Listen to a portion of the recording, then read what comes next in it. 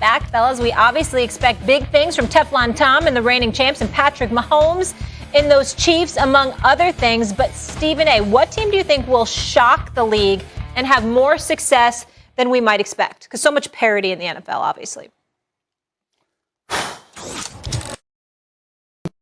In football. Oh, I keep hearing about Washington. I'm going to tell you why. When I think about the Washington football team, let me tell you what jumps into my mind, okay? First of all, I like this kid, Terry McLaurin. Okay. They're wide out. I like him. I think he's been impressive, all right? I don't see too much impressive stuff on their roster, but I like him, okay?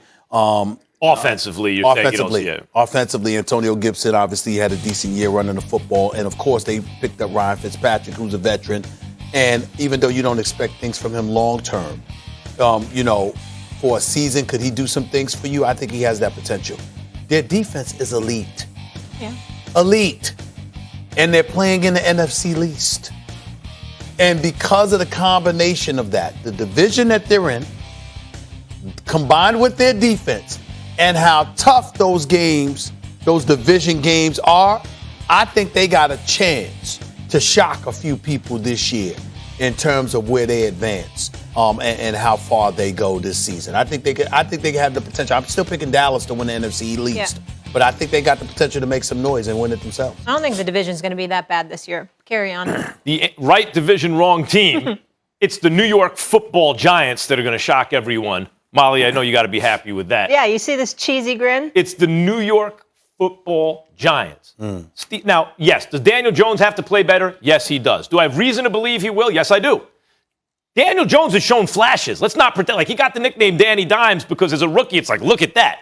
Didn't develop so much in his second season. But remember, he had a hurt leg, terrible offensive line, and most importantly, no Saquon Barkley.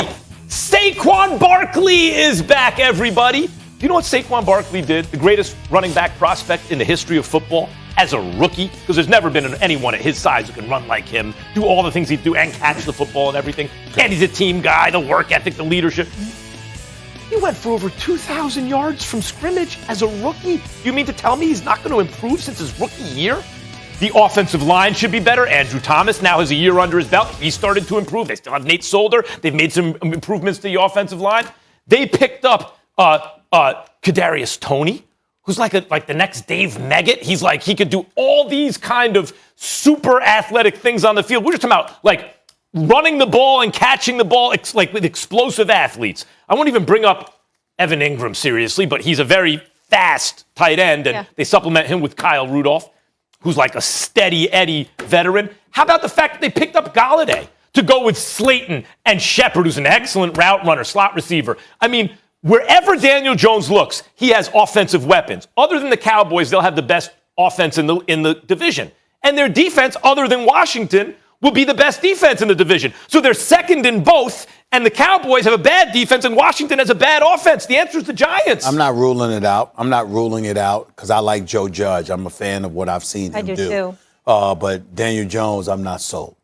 Yeah. I'm just not sold. I'm not saying that you're wrong because you could end up being right. I just got to see. He has to take care of the football. But I do want to say when we're calling it NFC least, I wasn't joking because you're saying Washington's going to be better. You're saying the Giants are going to be better. And then also we're hearing, well, we're not hearing, I don't want to be spreading any rumors, but there's potential the Eagles could be getting a new quarterback. So the division is going to be how Well, listen.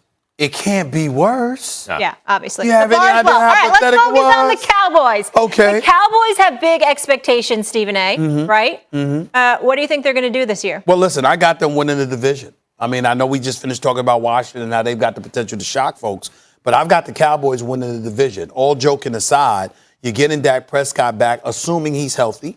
Okay, Ezekiel Elliott's got something to prove. He dropped off a little bit last year, but they had a lot of mitigating circumstances.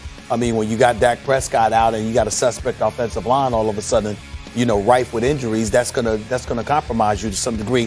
That's not expected to be the case this year. And then you look at their wideouts in terms of, Cooper and obviously CeeDee Lamb and the crew and Gallup. We know what they bring to the table, but defensively, I'm just real high on this kid they drafted out of Penn State, Mekhi. I just think he's special, and I think he's going to do some special things for that defense. And I think their defense can't get much worse. I do think Quinn, as your defensive coordinator, is a big pickup. I think that's helpful. But in the end, what it comes down to is this. I look at Dallas as the one team within the division that has an offense you can rely upon. The others do not.